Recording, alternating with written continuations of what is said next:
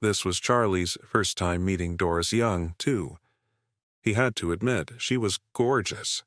In her late 20s, she had a gorgeous figure, alluring beauty, and a noble, capable demeanor. As Charlie sat at her desk, he said, "I won't be coming to M. Grant often in the future. I want you to take charge of the big picture here and don't reveal my identity to anyone." Doris could tell that the young man before her came from an extraordinary background. To his family, a company like Emgrand was mere pocket change. It made sense that he wouldn't want to manage it personally. She hurried to assure him, "Of course, Mr. Wade, if you ever need anything, just let me know." Just then, a female secretary knocked and entered. "Miss Doris, a man named Gerald White is here with his fiancée to see you." "I'm with an important guest." "Have them wait," Doris instructed.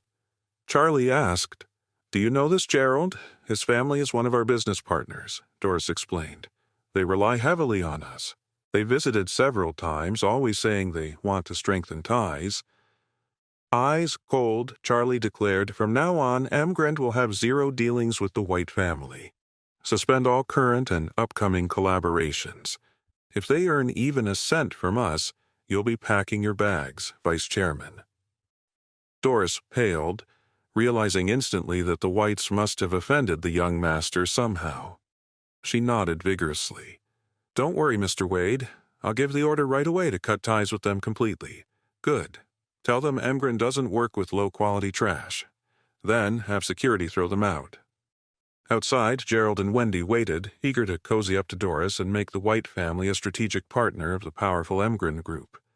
To their shock, Doris's secretary arrived with several security guards in tow. "Will Miss Doris have time to see us?" Gerald asked hopefully. The secretary gave him an icy look. "I'm afraid not. Deputy Doris says Emgrand will not be cooperating with low-quality trash. Effective immediately. We're canceling all joint projects with your family." "What did you say?" Gerald was stunned. Why did that sound so familiar? Then it hit him. Charlie had said the exact same thing to him in the parking lot. What did Doris mean by this? Why would Emgrand suddenly cut ties with the White family? Gerald's brain couldn't process it. Terminate all cooperation just like that? Over half the White family's profits came through Emgrand. Losing that partnership would slash their strength in half overnight. Refusing to accept it, he shouted, "I want to see Miss Doris. I demand to speak with her face to face." The secretary replied coldly, "I'm sorry, but Vice Chairman Young will not be seeing you. You are banned from setting foot in Emgrand Tower from now on." "Is this some kind of sick joke?" Gerald seethed. "We're Emgrand's long-term partners. You can't just end things out of the blue." Ignoring him, the secretary turned to the guards. "Escort them out." The head of security grabbed Gerald's wrist and wrenched it behind his back. Gerald yelped in pain as the man barked, "You heard her. Get lost. If you keep making trouble, we'll be forced to take more drastic measures. You're just a security guard. How dare you yell at me? Do you have any idea who I am?" The words barely left Gerald's mouth before the guard's palm cracked across his face. "I don't care who you are, punk. Here at Emgrand, you're nothing." Gerald reeled from the stinging slap, his cheek on fire. He was about to explode with rage when his phone suddenly rang. It was his father. "Gerald, what the hell did you do?" the older man roared as soon as he picked up. "Emgrand is severing all ties with us. Who did you piss off over there?"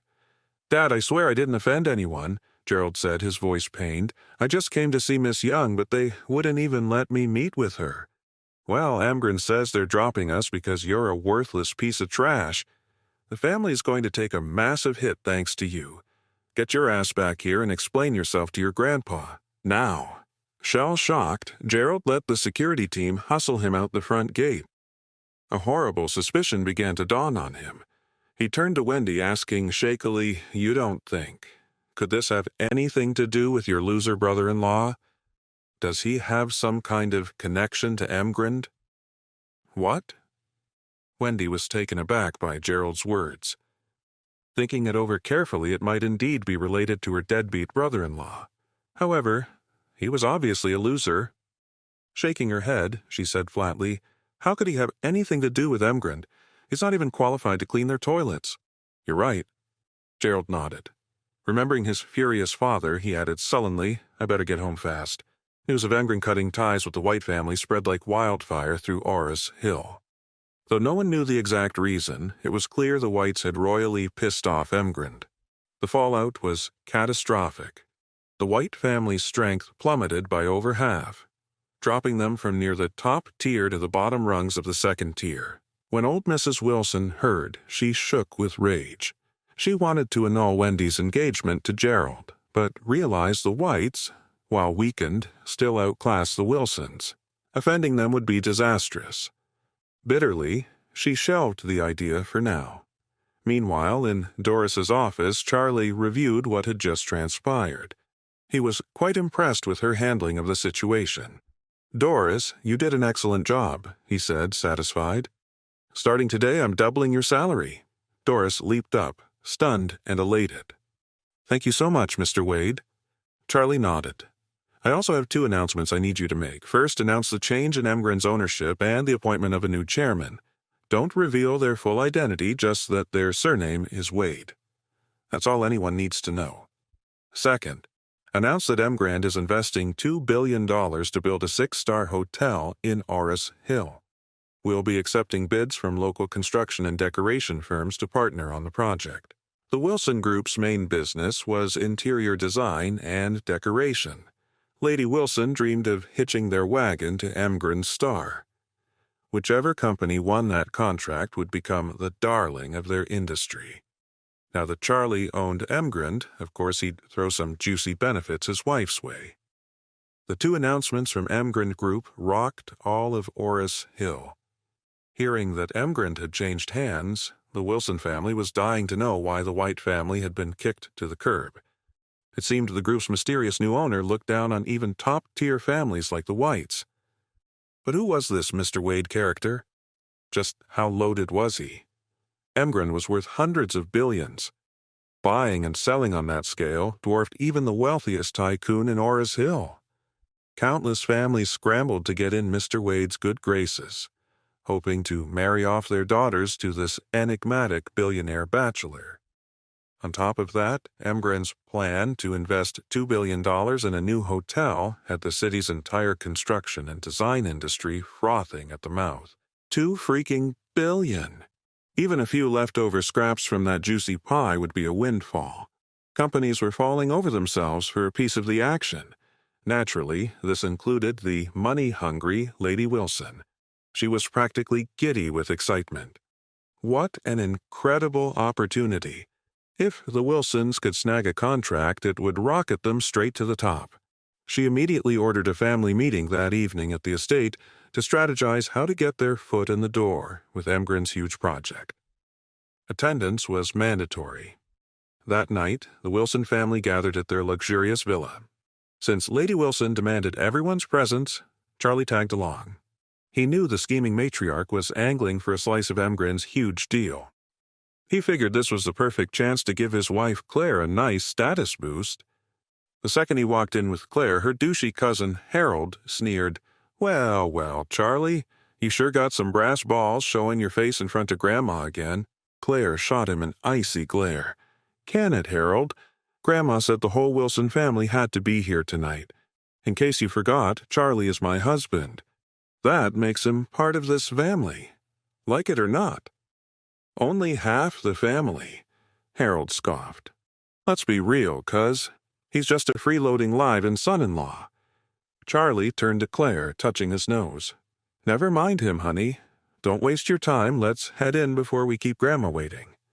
Claire nodded, not giving Harold another glance as she walked inside with Charlie. Harold's face darkened watching them go.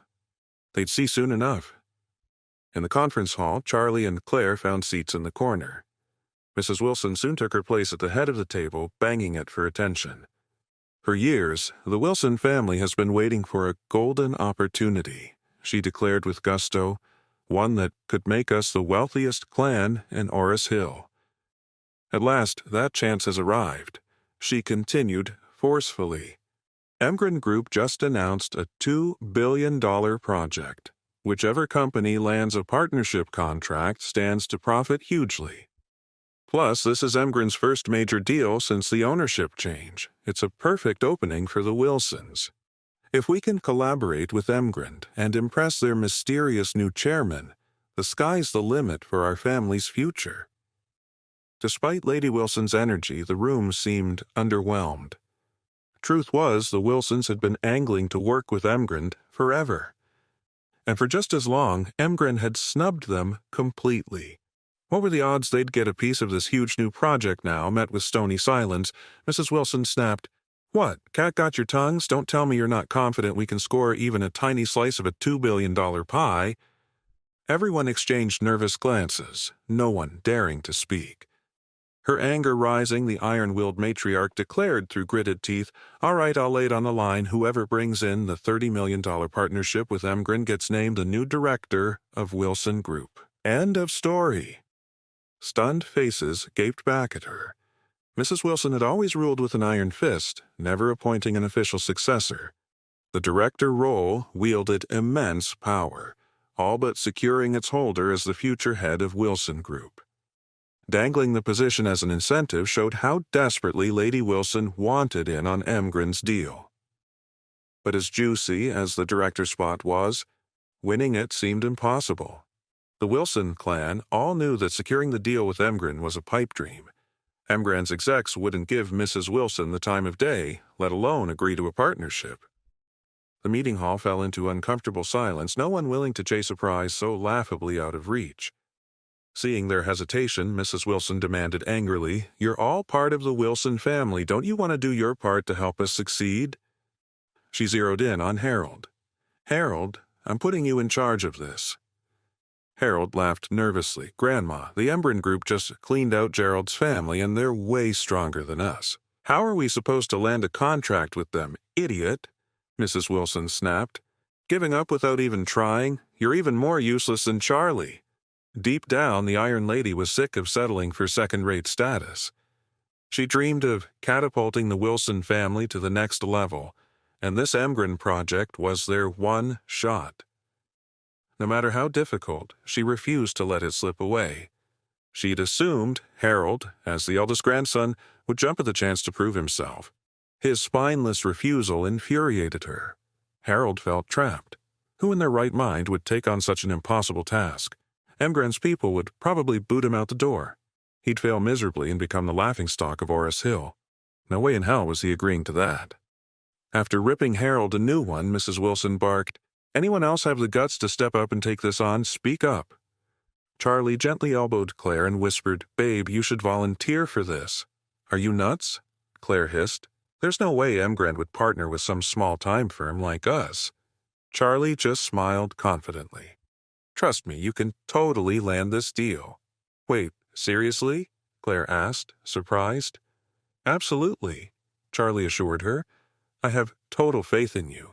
Seize this chance and your status in the family will skyrocket." Though perplexed, Claire found herself believing him.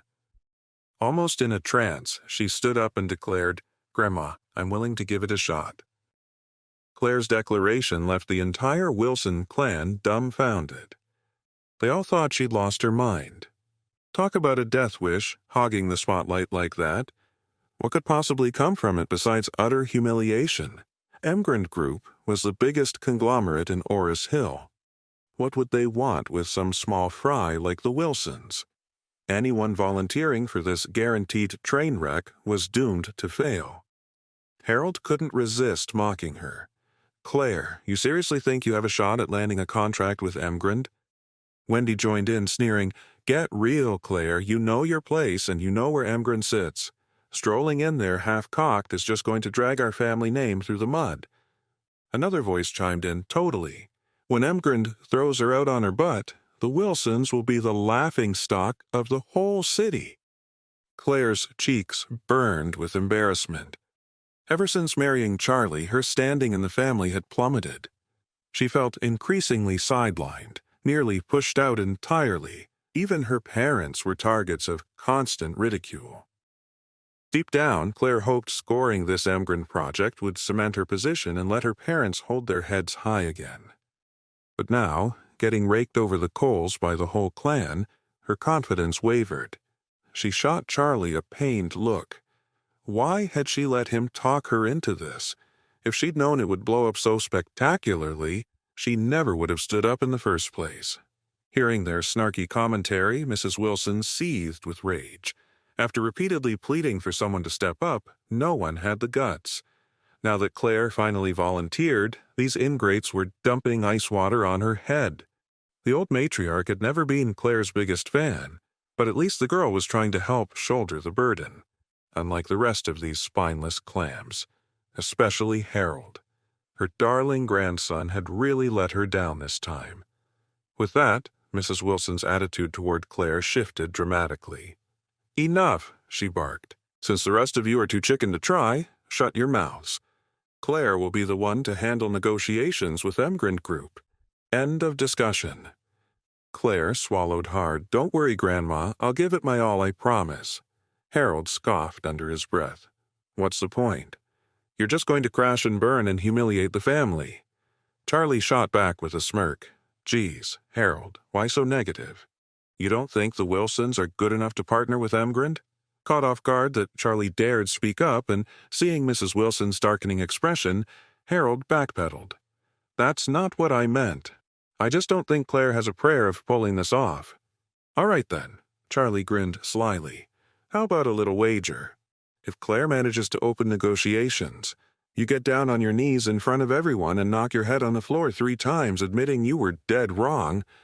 But if she strikes out, I'll do the groveling." "What do you say?" Harold barked out a laugh. "You're on, loser." "No way I'll lose to a piece of trash like you." Charlie nodded, looking smug. "Okay, the whole family is witness. If either of us Welches were basically wishing death on our parents and grandparents." He made sure to emphasize grandparents, knowing Harold wouldn't dare back out if it meant cursing his beloved grandma to an early grave. Mrs. Wilson would have his head. "Fine by me," Harold crowed, oblivious to the trap he'd just walked into. In his mind, losing was impossible. "Y'all heard it. Get ready to watch this bum kneel to me." Claire was stunned. She kept signaling Charlie with her eyes to drop it, but he paid no attention. Mrs. Wilson couldn't care less about their little pissing contest. Her sole focus was getting the Wilsons on Emgrand's partner list. If Claire pulled that off, she wouldn't even blink if Harold had to call Charlie Daddy. "Enough," she declared. "Claire, you have 3 days to land that contract.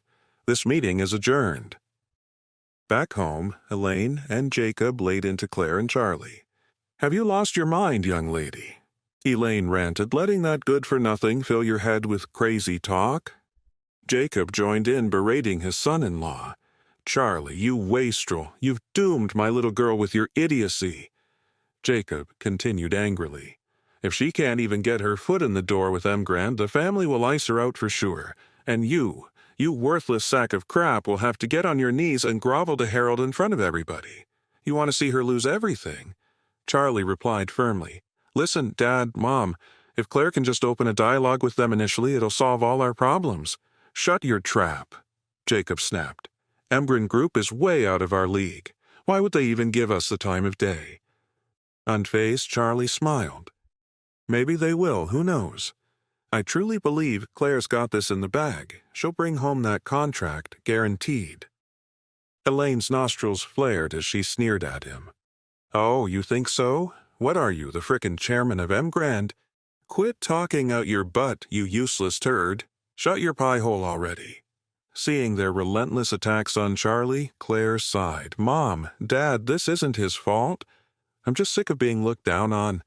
"Haven't we eaten enough crow over the years?" Elaine shot back. "Then you never should have agreed to this. Forget you, even if your grandma herself showed up, Emgrand wouldn't give her the time of day." Charlie watched the absurd scene unfold with a wry smile. His snobby in-laws would never believe the truth, even if it slapped them in the face. He was the chairman of Emgrand Group, for crying out loud. Just then, there was a knock at the door. "I'll get it," Elaine huffed, pulling it open.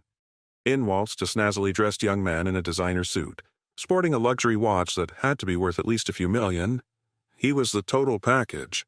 Looks, style, the works. "Well, if it isn't Wendell," Elaine gushed. "What brings you here?" This was none other than Wendell Jones, scion of the powerful Jones family and Claire's longtime admirer. Flashing a megawatt grin, Wendell explained, "Hey, Auntie, word on the street is Claire's spearheading the Emgren partnership. I'm here to offer my expertise. Oh, you're a lifesaver." Elaine practically swooned, welcoming him in like a conquering hero. "So, Wendell, got any bright ideas for helping Claire land this contract?" Wendell nodded confidently, completely ignoring Charlie, who might as well have been an ant on the sidewalk. He made a beeline for Claire, giving her a suave smile. "Claire, I'm a little hurt you didn't loop me in on this, but don't worry, my company has an in with Emgren. I'll have my dad pull some strings, go to bat for you 100%. In reality, Wendell's father wielded nowhere near that kind of clout. This was all a ruse to impress Claire. She'd always sensed his underlying agenda, so her reply was frosty. "That's very kind of you, Wendell. I appreciate it, but I'll handle this myself." "Are you out of your mind, girl?" Elaine sputtered in disbelief. "Wendell is graciously offering to help, and you give him the cold shoulder." Claire fell silent, but Charlie piped up, clearly amused. "Color me curious, Mr. Jones. What exactly can you do to grease the wheels? Emgren Group is a massive conglomerate. You really have the juice to get Claire that contract?" Wendell scoffed, oozing disdain. "Oh, please, what do you know? The Joneses and Emgren go way back. We're tight as ticks. A third of this $2 billion deal is earmarked for us. I'll have Dad carve out a few million from our cut and subcontract it to Claire. Just like that, mission accomplished. She delivers the goods to her family." "Well," Charlie feigned astonishment. "I had no idea your family was so deeply entrenched with Emgren." "Damn straight," Wendell declared smugly. "Everybody who's anybody in Oris Hill knows the Jones name is synonymous with Emgren Group. We're in lockstep." Wendell turned to Charlie with a sneer. "Listen up, chump. Stop holding Claire back like some bottom-feeding toad in a well. A loser like you can't give her anything. You're just a roadblock to her success." Claire's voice was pure ice. "Excuse me, Mr. Jones, but I don't require your assistance, and you will not disrespect my husband." Flabbergasted, Wendell sputtered, "Are you kidding me, Claire? I'm throwing you a lifeline here, and you're still defending this man? What could he possibly offer you?" "He is not worthless," Claire declared firmly. "He is my husband." Wendell was seething now, his face twisted in fury. "Fine then, look a gift horse in the mouth. We'll see how well you manage this mess solo. When it all blows up in your face, don't come crying to me that I didn't throw you a bone." He whipped around and stormed out, slamming the door so hard it rattled. Elaine moved to chase after him, but he was long gone. Smacking her thighs in frustration, she rounded on Charlie, jabbing a finger in his face. "This is all your damn fault, you useless sack of crap. The only thing you're good for is screwing things up for her. Mr. Jones was going out of his way to extend an olive branch, and you had to piss him off." Charlie just shrugged, unfazed. "Mom, he was all talk. The guy can't even snag a deal with Emgren himself. How's he supposed to bail out Claire? That's bullcrap, and you know it." Elaine practically screamed. "The Joneses have a third of Emgren's business in their pocket. Shows what you know, you ignorant turd." Internally, Charlie scoffed. He was intimately familiar with the Jones family's capabilities, or lack thereof. One thing he knew for dead certain. Emgren Group would never partner with the likes of them. And even if, by some crazy fluke, Emgren and the Joneses had done big business in the past, well, that train was about to go off the rails permanently starting now. Of course, Claire was oblivious to her husband's train of thought. She turned to her irate mother, trying to smooth things over. "Mom, don't take this out on Charlie. I'll handle it when I meet with Emgren, okay? We can talk after." "God give me strength," Elaine groaned dramatically. It was just her rotten luck to be saddled with a deadbeat husband only to watch her daughter follow suit. The unfairness of it all. This is only 5% of the story.